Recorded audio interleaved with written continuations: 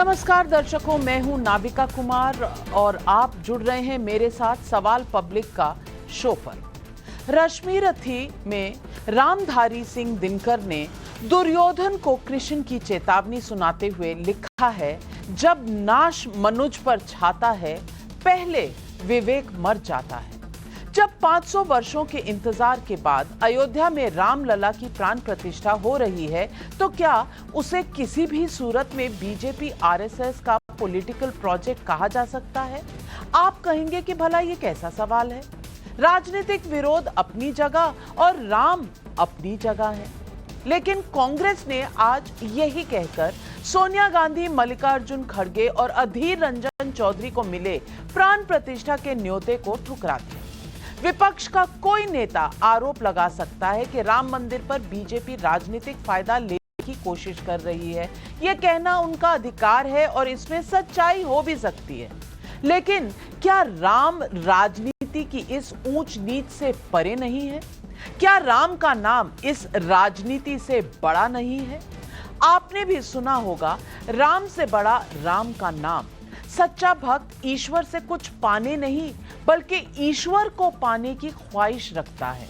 क्या कांग्रेस ने आधिकारिक तौर पर रामलला की प्राण प्रतिष्ठा का न्योता ठुकराकर वोट बैंक की पॉलिटिक्स को राम के ऊपर रख दिया है? सीताराम येचुरी ने संविधान का हवाला देकर खुद का न्योता ठुकराया था। अखिलेश यादव ने वीएचपी के अंतर्राष्ट्रीय अध्यक्ष आलोक कुमार से परिचय नहीं होने का हवाला देकर निमंत्रण नहीं स्वीकार करने की बात की, और ममता बनर्जी ने राम मंदिर को इलेक्शन गिमिक बताकर प्राण प्रतिष्ठा के कार्यक्रम पर अपनी राजनीतिक लाइन साफ कर दी है। जबकि तेजस्वी यादव कह चुके हैं कि बीमार पड़ोगे तो अस्पताल जाओगे कि मंदिर जाओगे। सवाल पब्लिक का आज है कि क्या पूरा इंडी अलायंस अयोध्या में रामलला की प्राण प्रतिष्ठा के विरोध में है? क्या सोनिया गांधी को नरेंद्र मोदी से बैर तो कांग्रेस के लिए राम जी की भी नहीं खैर? यही है आज सवाल पब्लिक का।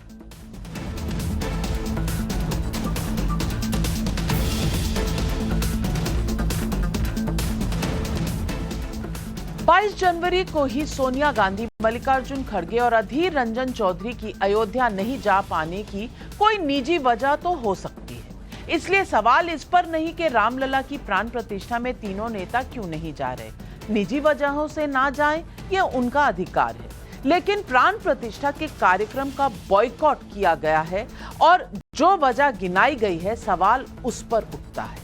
कांग्रेस ने कहा है कि धर्म मनुष्य का निजी विषय होता है आया है, लेकिन बीजेपी और आरएसएस ने अयोध्या में राम मंदिर को एक राजनीतिक परियोजना बना दिया है। साफ है कि एक अर्धनिर्मित मंदिर का उद्घाटन केवल चुनावी फायदा उठाने के लिए किया जा रहा है। 2019 के सुप्रीम कोर्ट के फैसले को स्वीकार करते हुए और लोगों की आस्था के सम्मान में मल्लिकार्जुन खड़गे, सोनिया गांधी और अधीर रंजन चौधरी बीजेपी और आरएसएस के इस आयोजन पर के निमंत्रण को सम्मान अस्वीकार कर रहे हैं। आप कांग्रेस के इस बयान का विरोधाभास जरूर देखिए। राम मंदिर सुप्रीम कोर्ट के फैसले से बना है और आप कोर्ट से उस फैसले और लोगों की आस्था का सम्मान करते हैं, तो भला निमंत्रण को क्यों अस्वीकार कर रहे हैं? कांग्रेस कहती है कि अर्ध निर्मित मंदिर है। अरे भैया, क्या इतना बड़ा मंदिर फेज वाइज नहीं बनेगा? क्या जिस भवन में रामलला विराजमान होंगे वो बनकर तैयार नहीं है? रामलला को कितनी देर और टेंट में इंतजार कराते रहें, और अब आगे क्या चाहते हैं? कांग्रेस कहती है कि बीजेपी और आरएसएस की राजनीतिक परियोजना है, तो क्या यह सच नहीं कि बीजेपी सत्ता में रही या नहीं रही, उसने मंदिर को आस्था का सवाल बनाकर हमेशा लड़ाई लड़ी है और अपने घोषणा पत्र में उसे रखकर पब्लिक से वोट भी मांगा है। माफ कीजिए। पब्लिक के वोट से दिल्ली में उनकी पूर्ण बहुमत की सरकार है। अगर पब्लिक ने मंदिर बनाने के नाम पर भी वोट दिया, तो फिर उसका नैतिक हक मंदिर उद्घाटन का क्रेडिट लेने का है। ऊपर से सुप्रीम कोर्ट का फैसला भी है। फिर कांग्रेस ने निमंत्रण क्यों ठुकराया? पिछले महीने 21 दिसंबर को जब सोनिया गांधी से राम मंदिर प्राण प्रतिष्ठा का निमंत्रण मिलने का सवाल पूछा गया, तो उन्होंने कोई जवाब नहीं दिया। अगर प्राण प्रतिष्ठा के कार्यक्रम को लेकर आपकी लाइन इतनी साफ थी तो क्या सोनिया गांधी को उसी दिन स्थिति साफ नहीं कर देनी चाहिए थी? क्या अब ये नहीं माना जाना चाहिए कि कांग्रेस पार्टी राम मंदिर के सवाल पर राजनीतिक कैलकुलेशन में जुटी हुई थी? मैं ये सवाल ऐसे ही नहीं उठा रही हूँ। 22 दिसंबर को निमंत्रण के सवाल पर अधीर रंजन चौधरी ने क्या कहा था, आप खुद ही सुन लीजिए। आया नहीं तो क्या करे? Excuse me. आया नहीं अभी तक तो क्या करे? आया नहीं तो क्या करे? Excuse me. आया नहीं अभी तक तो क्या करे? आया नहीं तो क्या करे? Excuse me. आया नहीं अभी तक तो क्या करे? आया नहीं तो क्या करे? Excuse me. आया नहीं। अधीर रंजन चौधरी कह रहे थे कि निमंत्रण ही नहीं मिला तो क्या करें। वाह जी, क्या आप इस फिराक में थे कि निमंत्रण ना मिले तो सांप भी मर जाए, लाठी भी ना टूटे? क्या अब ये नहीं माना जाना चाहिए कि राम मंदिर के निमंत्रण को लेकर सीपीएम की राजनीतिक लाइन और आईयूएमएल मुस्लिम लीग जैसे सहयोगियों के दबाव ने कांग्रेस पर असर दिखा दिया? मैं याद दिलाती चलूं कि आईयूएमएल का बैकबोन माने जाने वाले मुस्लिम संगठन समस्त केरल जमीयतुल उलमा ने अपने मुखपत्र सुप्रभातम में लिखा था कि कांग्रेस का ये सोच विचार कि वो प्राण प्रतिष्ठा में शामिल हो सकती है, ये उत्तर भारत में हिंदू वोटों के छिटकने से रोकने के लिए है। कांग्रेस का यही सॉफ्ट हिंदुत्व कांग्रेस की आज की दुर्दशा के लिए जिम्मेदार है। तो क्या कांग्रेस ने आईयूएमएल की चेतावनी को देख लिया और डर गए?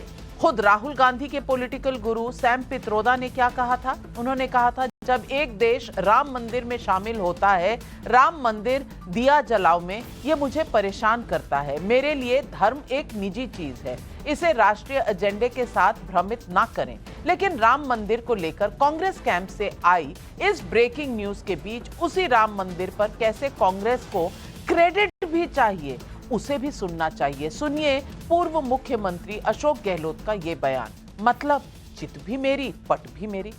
तो राजस्थान सरकार का बहुत बड़ा योगदान है इस मंदिर को बनाने के अंदर।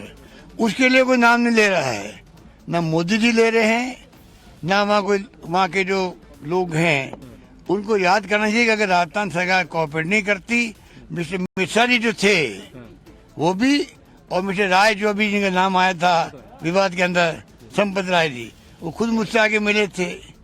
मिश्रा जी का फोन मेरे पास आया था, हमने पूरा कोऑर्डिनेट किया और जाके इसको पूरा टेक्निकली एरिया को निकलवाया गया भारत सरकार से, पर्यावरण से और फॉरेस्ट से, तब जाके मंदिर का निर्माण हो सका है।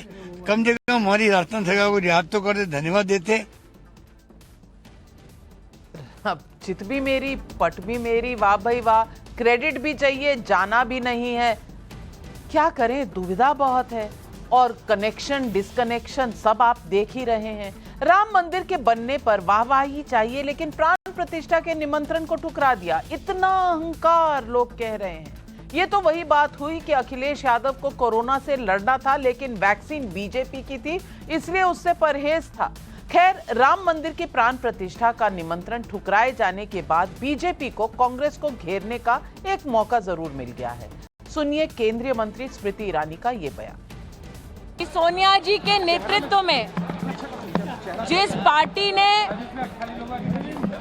कोर्ट में दस्तावेज दिया था कि भगवान राम का कोई अस्तित्व नहीं, उस कांग्रेस पार्टी के नेतृत्व ने पुण्य अयोध्या धाम में, राम मंदिर में प्राण प्रतिष्ठा के आमंत्रण को ठुकराया। कि इंडिया अलायंस ने सोनिया जी के नेतृत्व में, कांग्रेस के नेतृत्व में बार बार सनातन धर्म की उपेक्षा की, अपमानित किया, और अब इंडिया अलायंस के नेताओं द्वारा प्राण प्रतिष्ठा के पुण्य आमंत्रण को ठुकराना उनकी सनातन विरोधी सोच को दर्शाता है। तो आज पब्लिक पूछ रही है सवाल, क्या रामलला को लेकर 500 वर्षों के राम भक्तों के इंतजार पर कांग्रेस का तुष्टीकरण वाला वोट बैंक भारी है? क्या कांग्रेस ने मुस्लिम वोट बैंक के क्षेत्रीय दलों के पास छिटक जाने के डर से उद्घाटन का न्योता ठुकरा दिया? क्या राम को काल्पनिक बताने के बाद कांग्रेस का राम पर यह दूसरा सेल्फ गोल नहीं है? क्या नरेंद्र मोदी से राजनीतिक लड़ाई में इंडी अलायंस को करोड़ों राम भक्तों की आस्था की भी परवाह नहीं है? यही सवाल आज पब्लिक पूछ रही है और इन सवालों के जवाब देने के लिए हमारे साथ जुड़ रहे हैं गौरव भाटिया, बीजेपी के राष्ट्रीय प्रवक्ता, हर्षवर्धन त्रिपाठी, वरिष्ठ पत्रकार, आशुतोष, वरिष्ठ पत्रकार, तारिक अहमद लारी, समाजवादी पार्टी के नेता हैं। लेकिन मेरा पहला सवाल जाता है कांग्रेस के नेता लोकेश जिंदल जी को। लोकेश जिंदल जी, अब सच्चाई है वो सामने आ ही गई। सोचते रहे, लटकाते रहे, अटकाते रहे, भटकाते रहे, अंत में आईयूएमएल से डर गए और कह दिया राम मंदिर नहीं जाएंगे। मैं पूछना चाहती हूं कि आपको सिर्फ बीजेपी आरएसएस से डर लगता है और देश के करोड़ों राम भक्तों की आस्था वो कुछ भी नहीं है आपके लिए? नमस्कार नाविका जी। नाविका जी, मोदी और योगी उत्तर प्रदेश में पाकिस्तान बनाने की नींव डाल रहे। प्राण प्रतिष्ठा का काम संतों का है। ये कांग्रेस का बयान नहीं है, ये जगत गुरु शंकराचार्य निश्चलानंद सरस्वती जी ने बयान दिया है।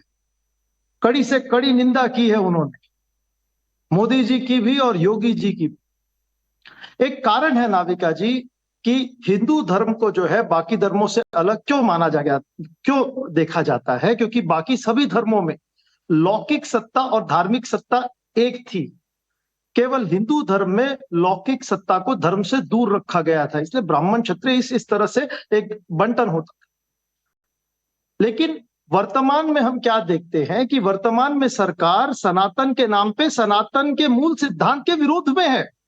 वो सनातन के मूल विधान, संविधान के विधान और भारत का जो एक आइडिया है, जो भारत की सोच है, इसके विरोध में है। ये भगवान राम और हिंदू धर्म के नाम पर केवल और केवल राजनीति हो रही है। इसमें ना तो धर्म है ना आस्था है, केवल और केवल एक आवंटन है, एक दिखावा है, एक ढकोसला है। और मैं इसकी कड़ी से कड़ी निंदा करता हूं और इसमें जगत गुरु शंकराचार्य निश्चलानंद जी का मैं आभार व्यक्त करता हूं कि उन्होंने खुलकर इसकी निंदा की है कि ये कार्य संतों का है, इसे संतों में छोड़ देना चाहिए था। चलिए, बहुत अच्छी बात है। एक शंकराचार्य जी को आप इतना मानते हैं, दूसरे दो शंकराचार्य जी ने लिखा है और सपोर्ट किया है जिस तरह से ये पूरा कार्य हुआ। लेकिन आपको वही करना है जो आपको तुष्टीकरण और वोट बैंक की पॉलिटिक्स में समझ आता है। और गौरव भाटिया जी, सनातन धर्म के खिलाफ जब बोला जा रहा था तमिलनाडु में तो कांग्रेस चुप रही। जब चुनाव आए तो कभी शिव भक्त, कभी जनेऊधारी, लेकिन जब राम मंदिर की प्राण प्रतिष्ठा होनी है, राम जी की, रामलला की, तो निमंत्रण ठुकरा देना। मैं पूछना चाहती हूं कि ये सब राजनीति के ऊपर है राम, या राजनीति आज राम पर भी भारी पड़ गई कांग्रेस के लिए?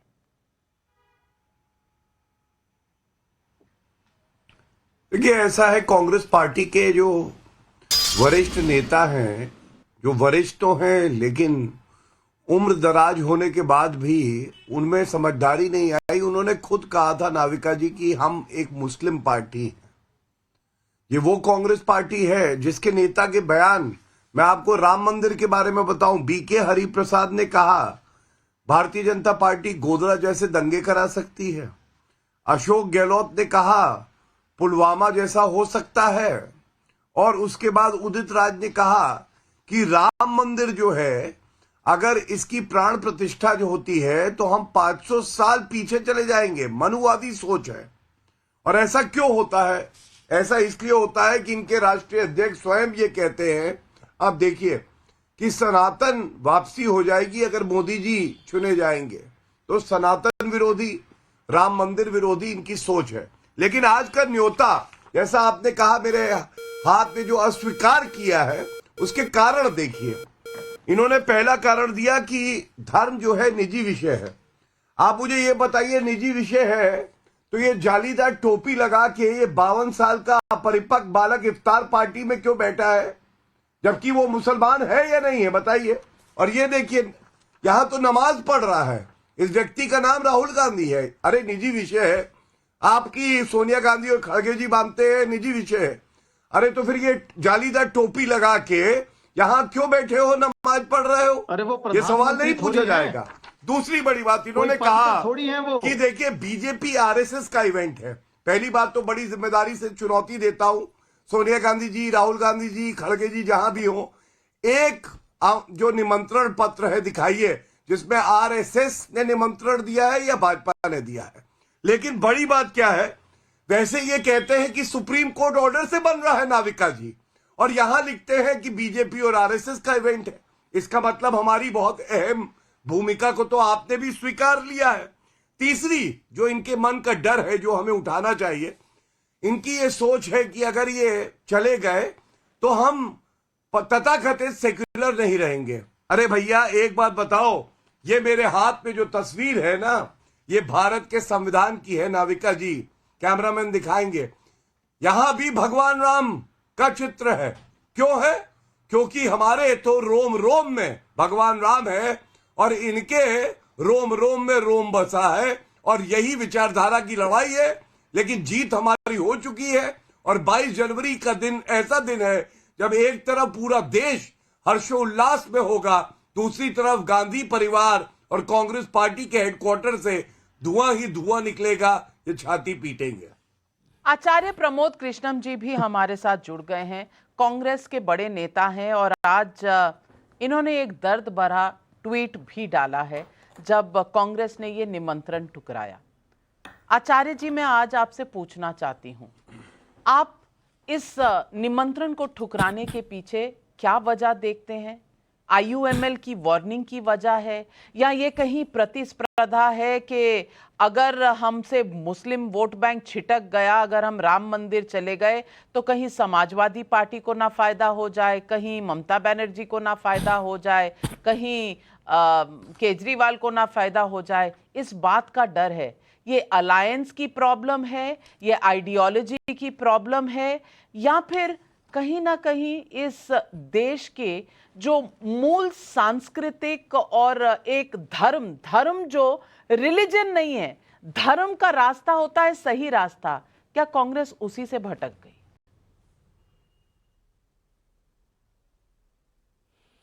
नाविका जी, पहली बात तो यह है कि ये मेरे लिए राजनीति का विषय नहीं है, ना मेरे लिए हानि लाभ का विषय, ये मेरी आस्था का विषय है।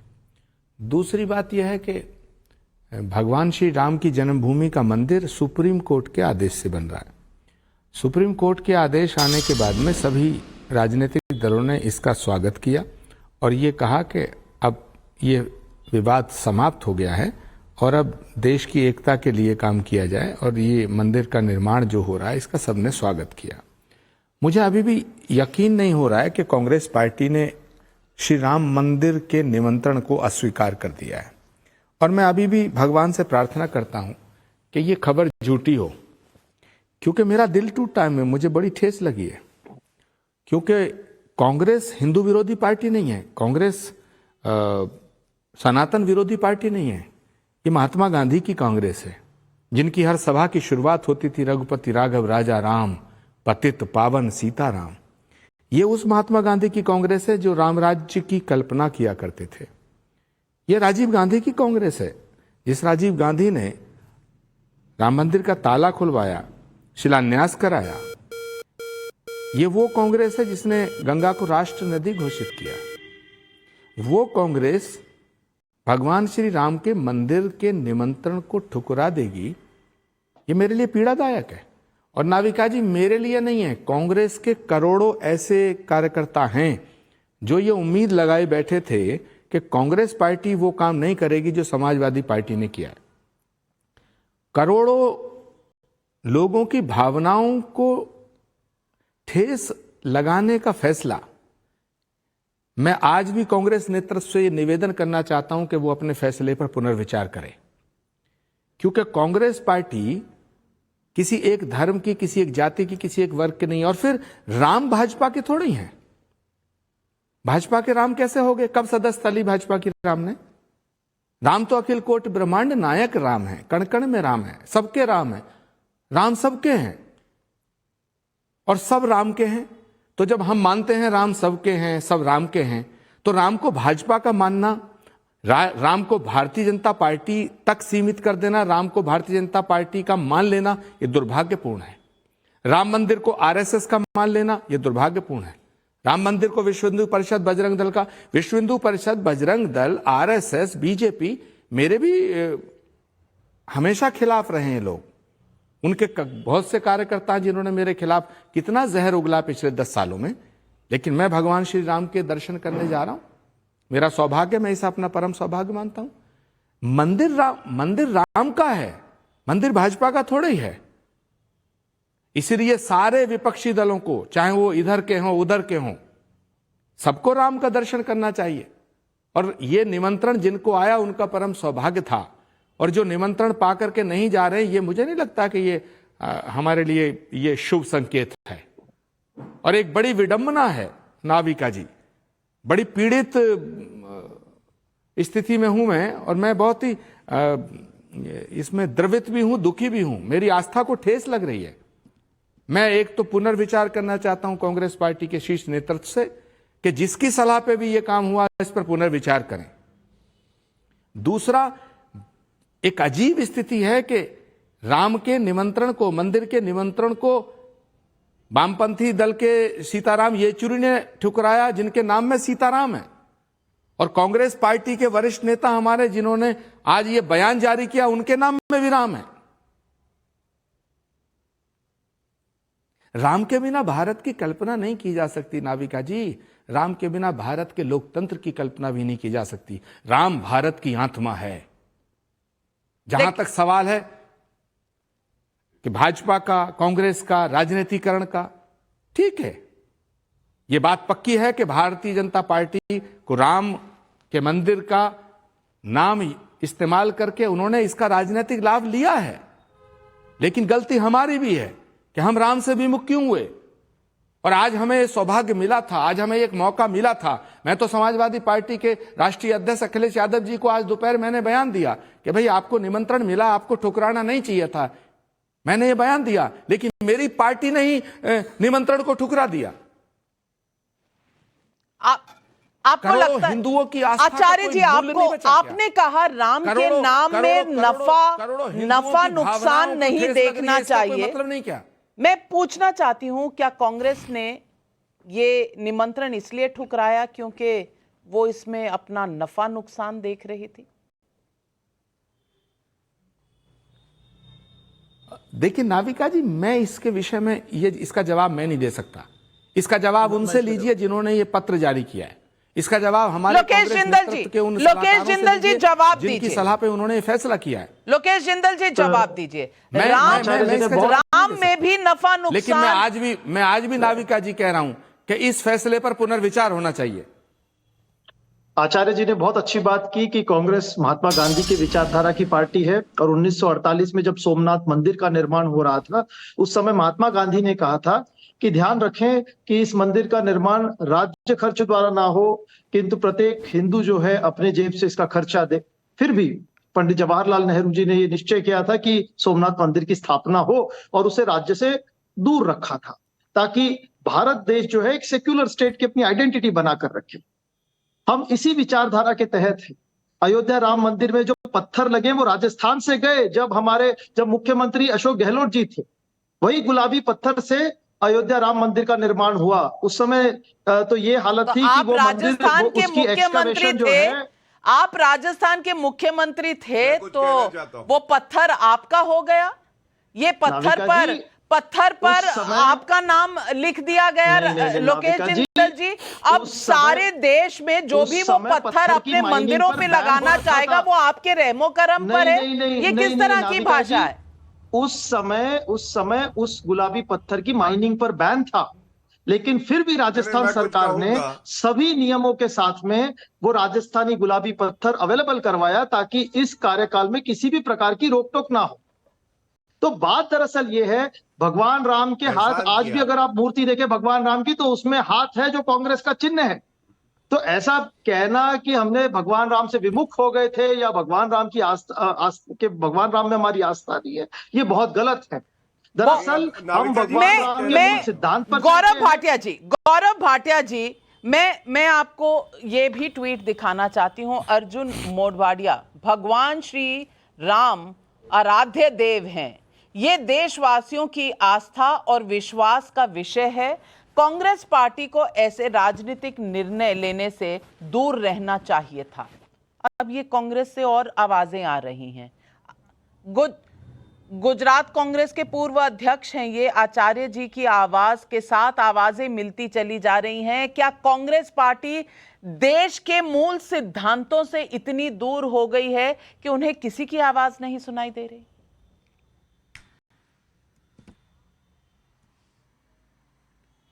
देखिए नाविका जी, ऐसा है कि जब आप इटालियन पिज्जा खाओगे, केवल अवकाश में बाहर घूमते रहोगे और जनता से आपका कोई लेना देना नहीं होगा, तो ऐसे ही होगा।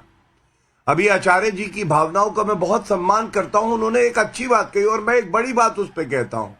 उन्होंने कहा भाजपा के थोड़ी ना है भगवान राम।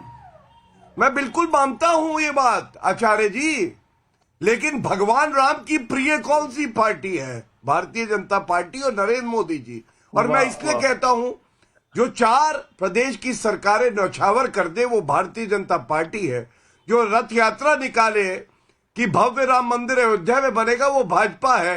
जो हर मैनिफेस्टो में ये प्रण ले वो भारतीय जनता पार्टी है। और इसीलिए मैं कहता हूं, नरेंद्र मोदी जी के कार्यकाल में, योगी आदित्यनाथ जी के कार्यकाल में ये स्वर्णिम युग आ रहा है। लेकिन कंफ्यूज्ड कांग्रेस की बात करिए और ये सवाल पूछिएगा, अगर सोनिया गांधी और खड़गे जी ये कहते हैं कि ये व्यक्तिगत विषय है, तो उत्तर प्रदेश कांग्रेस इकाई जो है, अजय राय अध्यक्ष है नाविका जी, ये कह रहे हैं कि हम लोग 100 लोग जाएंगे मकर संक्रांति पे और मंदिर में दर्शन भी करेंगे रामलला के और सरयू में स्नान भी करेंगे।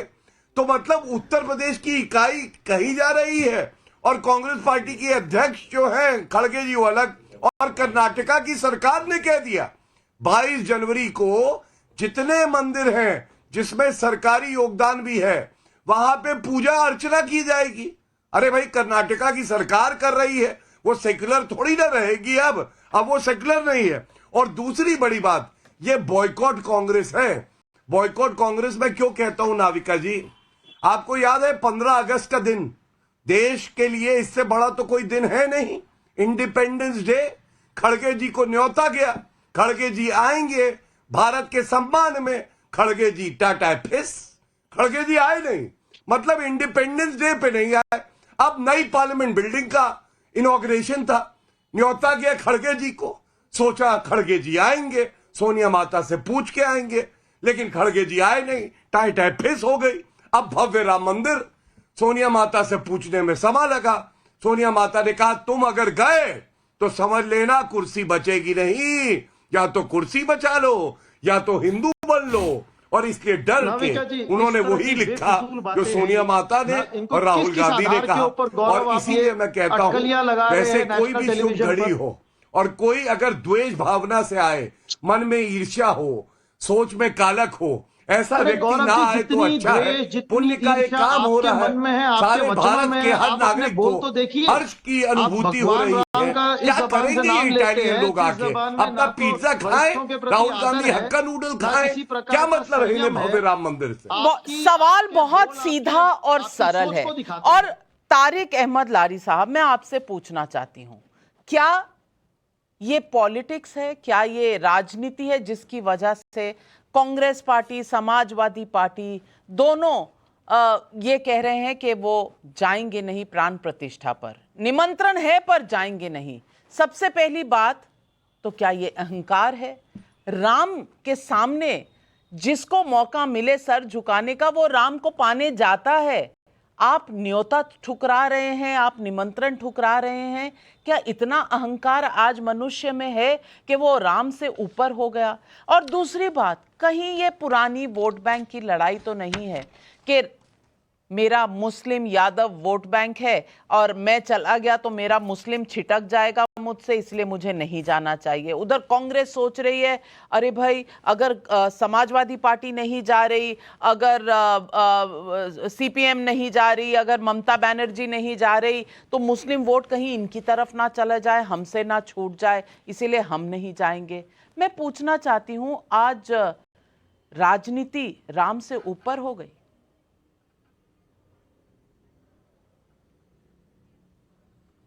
मैम, बीजेपी ने तो राम जी को बहुत छोटा कर दिया और मोदी जी को बहुत बड़ा कर दिया। बहुत बड़ा। राम जी की इतनी सी फोटो है और मोदी जी की इतनी सी फोटो है, बिल्कुल यही साइज है। उंगली पकड़ते हुए दिखा रहे हैं कि राम जी को हम घर लेकर जा रहे हैं। भाषण दे रहे हैं तो कह रहे हैं कि 4.5 करोड़ घर हमने दिए हैं, तो राम जी उसमें से एक है। तो राम जी भगवान कब रह गए बीजेपी के लिए? वो एक चुनावी मुद्दा है और 22 जनवरी को चुनावी रैली होने जा रही है, तो कैसे उस चुनावी रैली को हम लोग अटेंड करें? पहली बात यह है। राम जी भगवान के दर्शन करने, भगवान राम के दर्शन करने, वो तो हम कभी भी कर लेंगे, उसमें कौन सी बात है। ऑलरेडी भूमि पूजन 1948 में हुआ था, 1947 में हुआ था, मूर्ति पूजन हुआ था, प्राण प्रतिष्ठा हुई थी मूर्ति की 1948 में, कांग्रेस पार्टी ने करवाई थी। ये दोबारा क्यों हो रहा है? जब ऑलरेडी 1989 में भूमि पूजन हुआ था, ये दोबारा क्यों हुआ? और वो भी ऐसे समय में हुआ जब वो कौन सा पीरियड चलता है, जब चिड़िया भी, परिंदे चरिंदे भी अपना घोंसला नहीं बदलते हैं, उस पीरियड में ये भूमि पूजन हुआ। मुझे ताज्जुब हो रहा है, ये कौन सा धर्म है कि जो कोई भी अपना जो शुभ अशुभ वक्त देखता है, उस अशुभ शुभ वक्त के बाद ये काम हो रहा है, उस वक्त ये काम हो रहा है। I am really very surprised कि ये कहां से हो रहा है, ये क्यों हुआ है। एक चुनावी रैली पे आप किसी दूसरे पार्टी के नेता को आमंत्रित भी नहीं करते हो, दूसरे पार्टी के नेता को एक्सपेक्ट भी ना करिए कि वो वहां आए। आप शंकराचार्य जी की भाषा को समझिए। उन्होंने एक बात ये कही है, गौरव जी एक मिनट रुकिएगा। आप शंकराचार्य जी की भाषा को समझिए, उन्होंने क्या कहा है। आप उस भाषा को समझ के बिल्कुल उसको फॉलो करिए, आप सारी चीज समझ लेंगी। शंकराचार्य जी से बड़ा कोई हिंदू का संत धर्मात्मा नहीं है। चलिए, बहुत अच्छी बात आपने कही, लेकिन हर्षवर्धन त्रिपाठी जी, शंकराचार्य से बड़ा कोई नहीं है। चलिए, इस पर तो कोई दो राय नहीं हो सकती, लेकिन राम के भूमि पूजन के लिए शुभ अशुभ, यानी कि जिनकी वजह से शुभ अशुभ होता है, उनके भूमि पूजन के लिए शुभ अशुभ देखना चाहिए था। ये रैली बना दी गई है, तमाम तरह की चीजें कही जा रही हैं। ये तो हर्षवर्धन जी, मेरा सिर्फ इतना सवाल है, जिनसे हम हैं उनके लिए हम क्या तय करेंगे? आज क्या ये राजनीतिक दल राम से ऊपर उठ चुके हैं कि अब राम की आस्था सिर्फ चुनावी मुद्दा नजर आती है?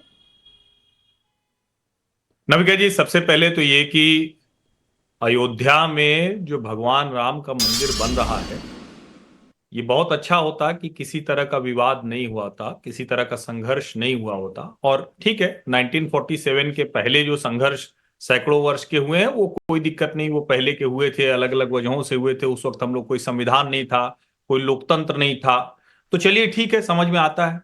लेकिन आधुनिक भारत में भी ये सब हुआ, इससे पीड़ा की कुछ बात नहीं थी। और कमाल की बात यह भी है कि आज जो काम कांग्रेस पार्टी ने कर दिया है, भारतीय जनता पार्टी और राष्ट्रीय स्वयंसेवक संघ चाह कर भी ये नहीं कर सकते थे, और ये बिना ईश्वर की इच्छा के नहीं हो सकता है। अभी आचार्य प्रमोद कृष्णन जी कह रहे हैं कि उनके नाम में भी राम है, उनके नाम में भी राम है। तो ऐसे ही एक जो जय राम रमेश जी हैं, उनके नाम से ही चिट्ठी जारी हुई, तो मैं उसकी एक लाइन पढ़ के फिर आगे बढ़ता हूं। उन्होंने लिखा है कि भगवान राम की पूजा अर्चना करोड़ों भारतीय करते हैं। धर्म मनुष्य का व्यक्तिगत विषय होता आया है, लेकिन भाजपा और आरएसएस ने वर्षों से अयोध्या में राम मंदिर को एक राजनैतिक परियोजना बना दिया है।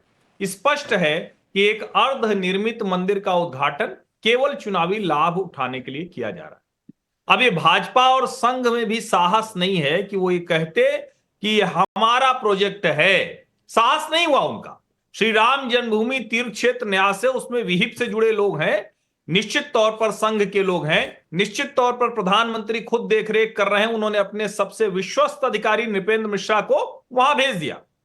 लेकिन जब कोई कहता है कि ये व्यक्तिगत आस्था का विषय है, मंदिर बने ना बने, इस देश में जब मुगलों का आक्रमण हुआ ना नविका जी, तो क्या किया उन्होंने जानते हैं? मुगलों ने हमारे यहाँ की संपत्ति लूटी, हमारे यहाँ का जो कुछ था सम्मान खत्म अपने किया, लेकिन पूर्वजों को सबसे याद पहला कर रहे हैं काम आप। उन्होंने किया, आप अपने मंदिरों पूर्वजों को हमेशा तोड़ा, याद करते हैं, मंदिरों को तोड़ा। आप अपने दादा परदादा और को याद करने लगे त्रिपाठी जी। नविका जी बड़ा संकट है, अपने दादा ये परदादा अभद्रता को ही हर होती है। समय अगर इस याद तरह से करते बात हैं। करना है तो मैं चुप Very होता हूं। good। मैं जानता हूं कि इस व्यक्ति को कुछ बहुत नहीं आता, तो इसी तरह की बात करना, मैं चुप हो जाता हूं। याद करते हैं आप हमेशा, आप बाबर अकबर को ही याद लारी करते जी, हैं। लारी औरंगजेब जी, तो आपका आपको मैंने दादा है। पूरा समय दिया, औरंगजेब तो आपको आपका मैंने दादा पूरा है। समय दिया। हमेशा अब त्रिपाठी जी बोल मैडम, रहे हैं, आप हर सुन समय- लीजिए। मैम, ये बात तो समझनी चाहिए कि इनको ये हर समय ये मुगलों की बात करते हैं तो आदमी अपने पूर्वजों को ही याद करता है। मैं ये कह रहा हूं, आपके पूर्वज हैं, आप याद करिए, शौक से याद करिए। आप ही का पूर्वज है वो, चिंता ना करिए।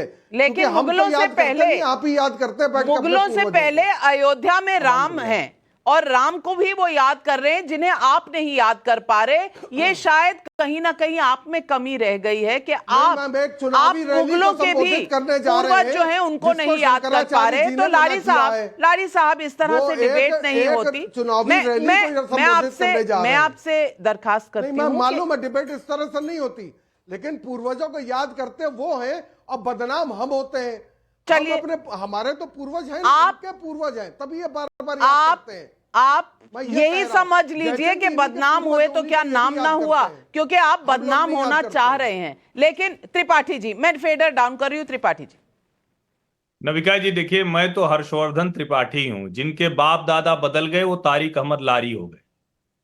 मैं तो हर्षवर्धन त्रिपाठी हूं, जिनके बाप दादा बदल गए, जिनको नहीं समझ में आया वो तारिक अहमद लारी हो गए। गिना दूंगा, अब आप उसके अपनी आगे 10 की कुछ बात, नहीं गिना पाएंगे जनाब। अब मैं उसके 10 आगे कुछ की गिना बात। दूंगा अपनी यही बैठे बैठे। आप 10 जब कुछ हम नहीं गिना कहते हैं ना पाएंगे। कि मुगलों ने आक्रमण आप 10 किया, कुछ नहीं गिना पाएंगे, मैं बैठे बैठे जब 10 हम कुछ गिना कहते हैं दूंगा। कि मुगलों ने जनाब, आक्रमण किया, तलवार के नोक पर सलवार नहीं उतारी हम लोगों ने। देखिए वो आपने उतारी होगी, अभी भी तभी आप वही बाबर है का वो। नाम लेते हैं। नविका जी मैं तभी इसीलिए आप कह रहा हूं ना, औरंगजेब का नाम पीड़ा लेते इनकी हैं। बड़ी है, समझिए। भाई आप वही हैं, बाबरी का आप संकट जयचंद बड़ा की है। औलाद हैं। मैं चुप हो आप जाता ये हूं ध्यान क्योंकि ये रखिए। नेता है, मैं इनसे लड़ूंगा नहीं, इनकी तारिक आदत अहमद है लारी ये। ने तलवार के इनको नोक कोई पर सलवार सत्य की नहीं बात उतारी नहीं थी। आती है। मैं चुप होता हूं नविका जी। सुनो, चाय मंगवाओ।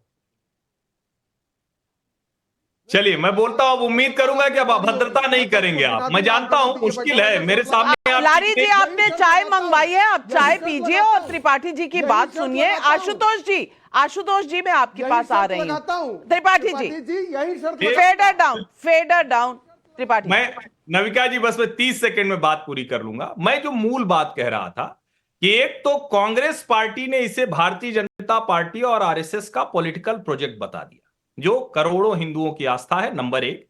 नंबर 2, वो कह रहे हैं कि धर्म निजी विषय है। अब मुगल जब इस देश में आए ना, तो उन्होंने जब मंदिरों को तोड़ा तो यही कहा निजी विषय है। लोग अपने घर में चुपचाप पूजा करते थे, मंदिर तोड़ दिए जाते थे। उन्हीं मंदिरों में ये राम मंदिर टूटा है, उन्हीं मंदिरों में ये काशी विश्वनाथ टूटा है, उन्हीं मंदिरों में ये ईदगाह मस्जिद बन गई मथुरा के बगल में, श्री कृष्ण जन्म स्थान के बगल में। उन्हीं मंदिरों में देश के अलग अलग हिस्सों में ये सब हुआ, और घर में बैठकर हम कहते रहे कि धर्म तो हमारा निजी विषय है। राम मंदिर हमारे उस निजी विषय की, जिसको हम कहते हैं ना कि दुनिया देख रही है कि हिंदुओं ने धैर्य के साथ संवैधानिक दायरे में, आधुनिक भारत में, और इसको करके दिखाया कि हमारा भव्य गौरवशाली इतिहास फिर से सिर उठाकर खड़ा हो रहा है। और ये राम मंदिर की प्राण प्रतिष्ठा संपूर्ण विश्व में उसकी गूंज है। जो परेशान हो रहे हैं वो अभी और परेशान होंगे, उनको होना ही पड़ेगा। बिल्कुल, परेशानी कितनी है वो झलक कर दिख रही है। लेकिन आशुतोष जी, मैं आपसे पूछना चाहती हूं, ये कांग्रेस पार्टी की दूसरी ऐतिहासिक भूल है।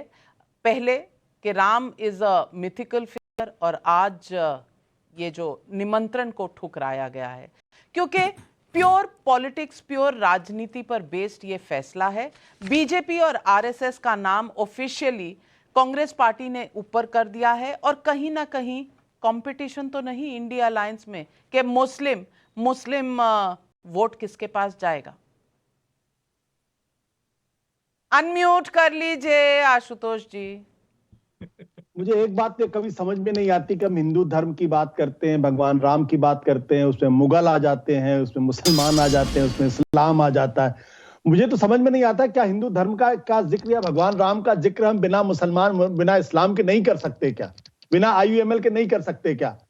और यही तो राजनीति है, क्योंकि यही डर दिखा के हिंदुओं का वोट लेने की पूरी कोशिश की जाती है। और अगर ये राजनीति नहीं है तो क्या है? ये पूरा जो कार्यक्रम है, अगर ये RSS के द्वारा प्रायोजित ना होता, अगर विश्व हिंदू परिषद के द्वारा ना होता, तो हिंदुस्तान के जो चारों पीठों के शंकराचार्य उनकी मौजूदगी में होता और वो आके करते। तो कांग्रेस पार्टी ने अगर कोई फैसला किया तो मैं तो कहता हूं कांग्रेस पार्टी का बड़ा ही करेजियस फैसला, और करना चाहिए ऐसे फैसले। जब आप विचारधारा की लड़ाई अगर आप लड़ेंगे और उस विचारधारा में आपके अपनी विचारधारा के गुम होने का खतरा होगा, तो फिर कड़े फैसले करने चाहिए ना। मैं पूछता हूं, भारतीय जनता पार्टी ने 1952 से लेकर अभी तक कितनी बार धारा 370 पर कंप्रोमाइज किया? कितनी बार उन्होंने राम मंदिर के मसले पर कंप्रोमाइज किया? हमेशा कहते रहे, चुनाव एक के बाद एक चुनाव हारते रहे। अब और इतना चुनाव हारे कि उसकी कोई सीमा नहीं है, लेकिन चुनाव हारते रहे। तो अगर आपको विचारधारा की लड़ाई लड़नी है और विश्व हिंदू परिषद से और RSS और BJP से लड़ना है, नरेंद्र मोदी से लड़ना है, तो ऐसे कड़े फैसले करने पड़ेंगे। और अगर उसकी नुकसान होता है तो नुकसान भी होना चाहिए, इसमें कोई दो राय नहीं। जब कड़े फैसले करेंगे तो 10 लोग आपके खिलाफ भी खड़े होंगे, आचार्य प्रमोद कृष्णन उसमें खड़े होंगे, वो विरोध भी करेंगे। लेकिन मैं तो ये चाहता हूं कि आचार्य प्रमोद कृष्णन को कांग्रेस पार्टी के इस फैसले पर कांग्रेस पार्टी छोड़ने का ऐलान करना चाहिए, लेकिन वो नहीं करेंगे, क्योंकि कम से कम कांग्रेस पार्टी के अंदर इतना तो लोकतंत्र कम से कम दिखाई पड़ता है कि 10 लोग 10 तरीके की बातें कर सकते हैं। तो मैं कह रहा हूं, और मैं इसको बड़ी जोर देकर कहता हूं, कांग्रेस का दुस्साहसिक फैसला है। अगर इसका नुकसान होता है तो उनको ये नुकसान वहन करना चाहिए, और बिल्कुल करना चाहिए। आचार्य जी, आशुतोष जी की मंशा है कि आप रिजाइन करें। आप जवाब देना चाहेंगे? त्रिपाठी जी और गौरव जी आ रही हैं। इसलिए मैंने ये कहा क्योंकि भगवान राम का प्रश्न है, और आचार्य जी बहुत व्यथित है, मैं जानता, मैं उनका बहुत सम्मान भी करता हूं। राम के मसले पर अगर कहीं उनको अत्याचार होता हुआ या अन्याय होता हुआ दिखे तो जरूर उनको ये फैसला सोचना चाहिए, क्या उनको ऐसी पार्टी में रहना चाहिए या नहीं। चलिए आचार्य जी। नाविका जी, आशुतोष जी बहुत ही प्यारे मित्र हैं, उन्होंने मेरे हित की बात कही है और इस पर मैं विचार कर सकता हूं। ऐसी बात नहीं है कि क्योंकि मैंने पढ़ा है, मेरी आस्था ये कहती है कि जाके प्रियन राम वैदेही तजिए ताहे कोटि बैरी सम यद्यपि परम सनेही। जो राम का नहीं है वो किसी काम का नहीं है, मैं ऐसा मानता हूं। दूसरी बात, मैं ये फैसला करूंगा नहीं करूंगा, कैसे करूंगा, लेकिन आशुतोष जी आपका आभार कि आपने मुझे ये अच्छी सलाह दी। लेकिन अभी मैं 2 बातें और करके अपनी बात को खत्म करना चाहता हूं। अभी जगत गुरु शंकराचार्य जी की बात आई। जगत गुरु शंकराचार्य जी की बड़ी महिमा मंडन किया गया और ऐसा कहा गया कि जगत गुरु शंकराचार्य जी ने बड़ा ठीक कहा है, और शंकराचार्य ठीक कहते हैं। जगत गुरु शंकराचार्य निश्चलानंद सरस्वती तो ये भी कहते हैं कि काशी और मथुरा तुरंत हिंदुओं को सौंप दी जाए। क्या आप में से कोई है जो समर्थन करेगा? समाजवादी पार्टी समर्थन करेगी, आशुतोष जी समर्थन करेंगे, दूसरा और भी समर्थन करेंगे। नंबर 1। नंबर 2, मुझे ये बताइए, आप कहते हैं कि अयोध्या, सुनो, ठीक है, अगर वो मंदिर मैं पूरा कर लूं फिर इकट्ठा जवाब दे देना। मुझे मालूम है आप दिलेर आदमी हैं, मुझे मालूम है आप बहुत ही साहसी व्यक्ति हैं, मुझे मालूम है आप सैद्धांतिक व्यक्ति हैं, मुझे मालूम है मैं आपका बड़ा रिगार्ड करता हूँ आशुतोष जी, पर मेरी बात को सुनिए नाविका जी। प्लेसेस ऑफ वर्शिप एक्ट आ जाएगा। मुझे नाविका जी, नहीं नाविका, चूंकि प्रमोद जी ने ये बात नहीं, नाविका जी मुझे पूरा आचार्य जी अपनी बात खत्म कर ले, मैं आ रही हूँ सबके पास। आचार्य जी, नाविका जी मुझे पूरा करने दीजिएगा, मैं आशुतोष जी के बीच में बोला ही नहीं। बिल्कुल आचार्य जी।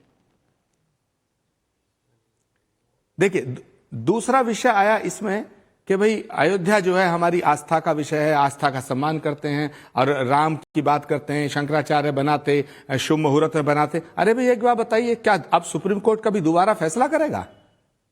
दूसरी बात बताइए, क्या अयोध्या दूसरी बनाओगे? तीसरी बात बताइए, क्या अब राम मंदिर तीसरा बनाया जाएगा? अरे ये मौका मिला था, हमारे यहां तो दुश्मन के घर भी बनता है, दुश्मन का घर बनता है उसे बधाई दी जाती है। ये भारत की रीति रिवाज है, ये परंपरा, ये हमारा ट्रेडिशन है। भगवान राम का मंदिर अगर बन रहा था, नहीं, भगवान राम का अगर मंदिर बन रहा था, और कांग्रेस पार्टी के नेता ये मानते हैं, हमारी पार्टी के नेता मानते हैं कि करोड़ों लोगों की आस्था का विषय है, तो भारत का जो संविधान है वो धर्मनिरपेक्ष है, वो हिंदू धर्म का विरोधी नहीं है। और मैं बहुत सही बात कही, और यही सवाल आज पब्लिक भी पूछ रही है, और पब्लिक के सवालों को सामने रखते हुए, क्योंकि शो का नाम है सवाल पब्लिक का, BL ओझा का कानपुर से सवाल है, क्या राम मंदिर प्राण प्रतिष्ठा का न्योता ठुकरा के कांग्रेस ने वही लकीर खींची जो नेहरू ने सोमनाथ में जानकर खींची थी? और सावन मिश्रा मधुबनी बिहार से सवाल है, जो पार्टी हिंदुस्तान में रहकर श्री राम को स्वीकार नहीं कर रही, उसे देश कैसे स्वीकार करेगा? असित मोदी का मुंबई से सवाल है, क्या इंडिया अलायंस को सिर्फ अल्पसंख्यक वोट चाहिए? शिशिर भालचंद्र घाट पांडे का भोपाल से सवाल है, इफ्तारी में जाने वाले प्रभु श्री राम मंदिर के उद्घाटन में क्यों जाएंगे? छाया सोनी का शहडोल मध्य प्रदेश से सवाल है, कोरोना वैक्सीन को बीजेपी की वैक्सीन कहना और अब रामलला प्राण प्रतिष्ठा को बीजेपी का कार्यक्रम कहना, क्या देश का विपक्ष मोदी के अंध विरोध में अपना नैतिक और बौद्धिक पतन नहीं कर रहा? और यही सवाल है गौरव भाटिया जी। समय कम है, 30 सेकंड। देखिए नाविका जी, बड़ी जिम्मेदारी से मैं एक बात बताऊं आपको। हज सब्सिडी जो कि टैक्स पेयर के रुपए से दी जाती थी, तुष्टीकरण का पर्याय थी, उस पर इन्हें कोई आपत्ति नहीं थी। इसी तरह से हमने देखा किस तरह से मुसलमानों का पहला अधिकार है भारत के संसाधनों में, ये मनमोहन सिंह जी ने कहा था। बिल्कुल, यहां राम मंदिर चंदा दे के बन रहा है, सरकारी खजाने से नहीं बन रहा है। उसके बाद भी जैसे जैसे बढ़ रहा है पूजन, वैसे वैसे बढ़ रही है इनके चेहरे की सूजन। और मैं एक बात और बताऊं, अभी चुनाव थे, आप याद करिए रामलीला, सोनिया गांधी जी हाथ में रामचरितमानस पकड़ के खड़ी हुई थी, क्योंकि तब वोट चाहिए था हिंदुओं का। तब नहीं, धर्म जो है वो व्यक्तिगत मामला था, आज वो हो गया है। और इसीलिए मैं कहता हूं, आशुतोष जी कुछ भी कहें, इनको कोई गंभीरता से नहीं लेता है। ये आप ही के स्टूडियो पे बैठ के भाजपा को छत्तीसगढ़, मध्य प्रदेश और राजस्थान तीनों हरा रहे थे। ये चुनाव जीतने हारने की बात से मुझे लगता है कहीं ऊपर की बात है। सिर्फ आज एक ही सवाल है, क्या राजनीति आज राम से बड़ी हो गई? क्या मोदी विरोध राम विरोध में बदल गया? यही है आज सवाल पब्लिक का। लेती हूं आप सबसे इजाजत, धन्यवाद करती हूं अपने सारे पैनलिस्ट का। नमस्कार।